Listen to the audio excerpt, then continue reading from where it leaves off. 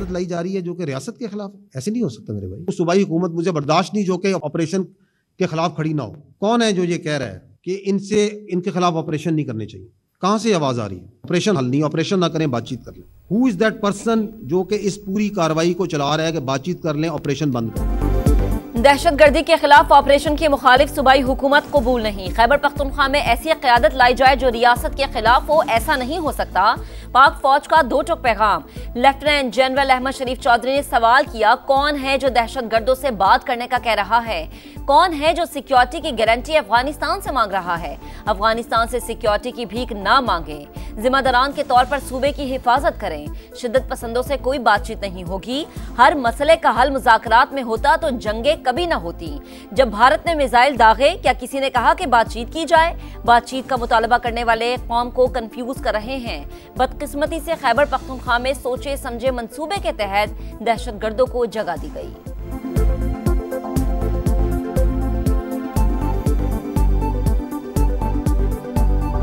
ये जो खैबर पख्तूनख्वा में दहशतगर्दी है, उसके पीछे यही सियासी और मुजरमाना गठजोड़ है। पाकिस्तान की रियासत, फौज और उसके इदारे, they will not be bothered by any sort of political distortion. खारजी दहशतगर्द और उनके सहूलतकार, चाहे वो कोई भी हो, किसी भी ओहदे पे हो, उसके लिए जमीन तंग कर दी जाएगी। खैबर पख्तूनख्वा में दहशतगर्दी के पीछे सियासी और मुजरिमाना गठजोड़ है। डीजी ISPR के मुताबिक हमने नहीं, सियासतदानों और सूबाई हुकूमतों ने कहा दहशतगर्दी और जराइम का गठजोड़ तोड़ना है। गैर कानूनी कारोबार, मनशियात, भत्ताखोरी, अगवा बराए तावान और नॉन कस्टम पेड गाड़ियों के नासूर से खित्ते को पाक करना है। किसी की सियासत या मसलहत के लिए रोज कुर्बानियां क्यों दें? दहशतगर्दों और सहूलतकारों पर जमीन तंग कर देंगे। पाकिस्तान जिंदाबाद रहेगा। हकीकत को कोई नहीं बदल सकता। किसी को भी शोहदा की कुर्बानियों पर सियासत नहीं करने देंगे।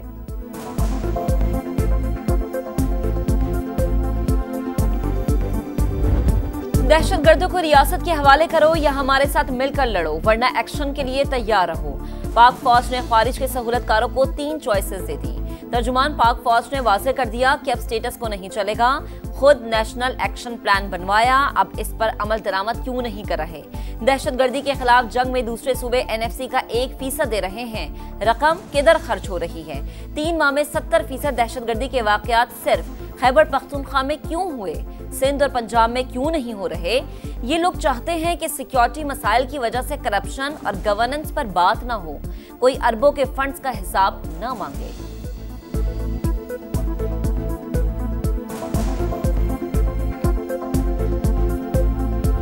अगर कोई ये समझता है कि उसकी सियासत इस मुल्क की रियासत से बड़ी है, ये हमें कबूल नहीं है। अगर एक फर्देबाज ये समझता है कि उसकी जात इस पाकिस्तान से बड़ी है, ये हमें कबूल नहीं है। झूठ के ऊपर मबनी, कंफ्यूजन पे मबनी बयानियां बनाना, इसमें महारत हासिल हो चुकी है। एक शख्स खैबर पख्तूनख्वा में दहशतगर्दी वापस लाया और रियासत और अवाम को ऐसे शख्स के फैसले और ख्वाहिश पर नहीं छोड़ सकते। कोई समझता है उसकी जात और सियासत रियासत से बड़ी है तो यह कबूल नहीं। फर्द वाहिद अपनी जात के लिए रियासत और अवाम के जानो माल का सौदा नहीं कर सकता। डीजी ISPR की प्रेस कॉन्फ्रेंस, बोले बयानियां बनाने वाली पार्टी के पास माइक मौजूद, जब चाहा बयान दे दिया।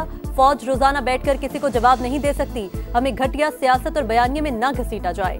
इदारे किसी सियासी शोबदाबाजी से मुतासिर नहीं होंगे।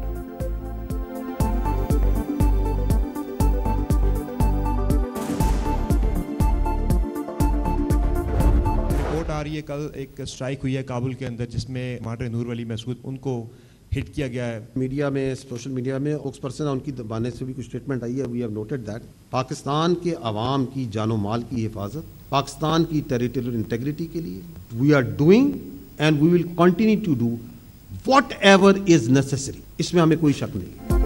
रियासत और अवाम के तहफ़्फ़ुज़ के लिए तमाम इक़दामात उठा रहे हैं, आइंदा भी उठाते रहेंगे, कोई शक में ना रहे। डीजी ISPR का खारजी नूर वली महसूद को निशाना बनाने के सवाल पर जवाब, कहा अफगानिस्तान में दहशतगर्दों की पनागाहें मौजूद, भारत की पुष्टपनाही भी हासिल है। अफगानिस्तान अपनी सरजमीन को नॉन स्टेट एक्टर्स की अमाजगाह ना बनने दे। सबूत फराहम किए, हर फोरम पर आवाज उठाई, बातचीत भी की। सऊदी अरब समेत दीगर ममालिक ने भी समझाने की कोशिश की, ये सिर्फ हमारे नहीं अफगानिस्तान के लिए भी अच्छा नहीं। साम पालेंगे तो नुकसान तो होगा। अफगानिस्तान में छोड़े गए हथियार कहीं भी इस्तेमाल हो सकते हैं। खुद अमरीकी हुकूमत भी फिक्रमंद है। सदर ट्रंप ने हथियार वापस लेने का बयान दिया।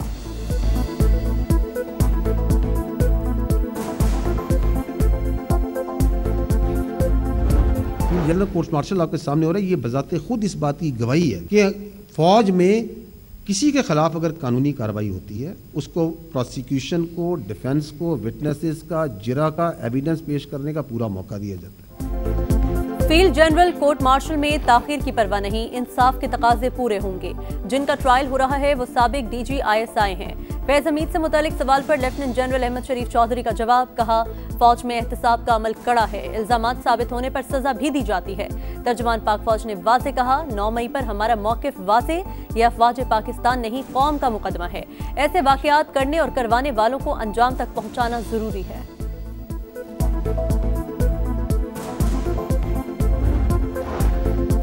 औरंगजेब हमले के बाद सिक्योरिटी फोर्सेस का बड़ा एक्शन, लेफ्टिनेंट कर्नल और मेजर समेत 11 जवानों की शहादत का बदला ले लिया।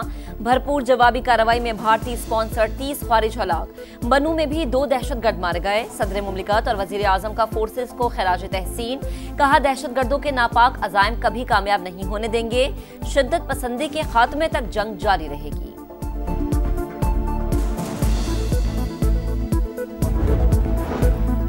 भारत और अफगानिस्तान में कुर्बतें बढ़ने लगी। अशरफ गनी हुकूमत के खात्मे के बाद पहली बार अफगान वजीर खारजा की नई दिल्ली यात्रा। अमीर खान मुत्तकी की भारतीय हम मनसब से मुलाकात। जयशंकर का काबुल में भारतीय सफारतखाना बहाल करने का ऐलान। अमीर खान मुत्तकी की पाकिस्तान से वाघा बॉर्डर खोलने की दरख्वास्त। तजारत को सियासत से अलग करने का मशवरा।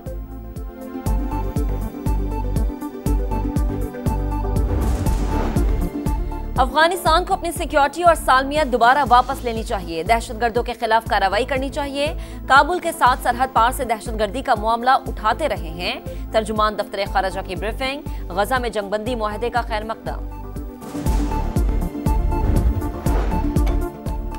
डोनाल्ड ट्रंप की ख्वाहिश हुई, अमन का नोबेल इनाम वेनेजुएला की सियासी कारकुन के नाम। मारिया कोरिना मचाडो ने इनाम वेनेजुएला के अवाम और सदर ट्रंप के नाम कर दिया। व्हाइट हाउस का कहना है नोबेल कमेटी ने साबित किया वो सियासत को अमन पर तरजीह देते हैं। सदर ट्रंप जंगे रुकवाने का सिलसिला जारी रखेंगे। गजा में जंगबंदी के पहले मरहले का आगाज। सेहूनी फौज पीछे हट गई। हजारों फलस्तीनी घरों को लौटने लगे। कैदियों की रिहाई के लिए हमास के पास 72 घंटे हैं। अमरीकी नुमाइंदे खुसूसी स्टीव विटकॉफ का बयान। हमास को गैर मुसल्लह करने तक फोर्सेस गजा में रहेंगी।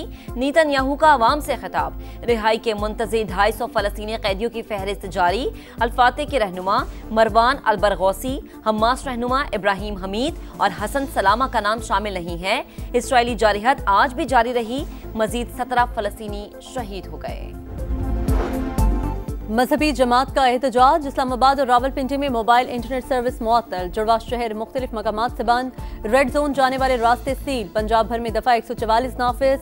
पुरअमन एहतजाज, सबका हक मगर इंतशार की इजाजत नहीं। रियासत किसी जत्थे के हाथों ब्लैकमेल नहीं होगी। वज़ीर मुमलिकत बराए दाखिला तलाल चौधरी का ऐलान। बोले गजा में अमन मुआहिदा हो चुका, उनके नाम पर आज एहतजाज क्यों हो रहा है।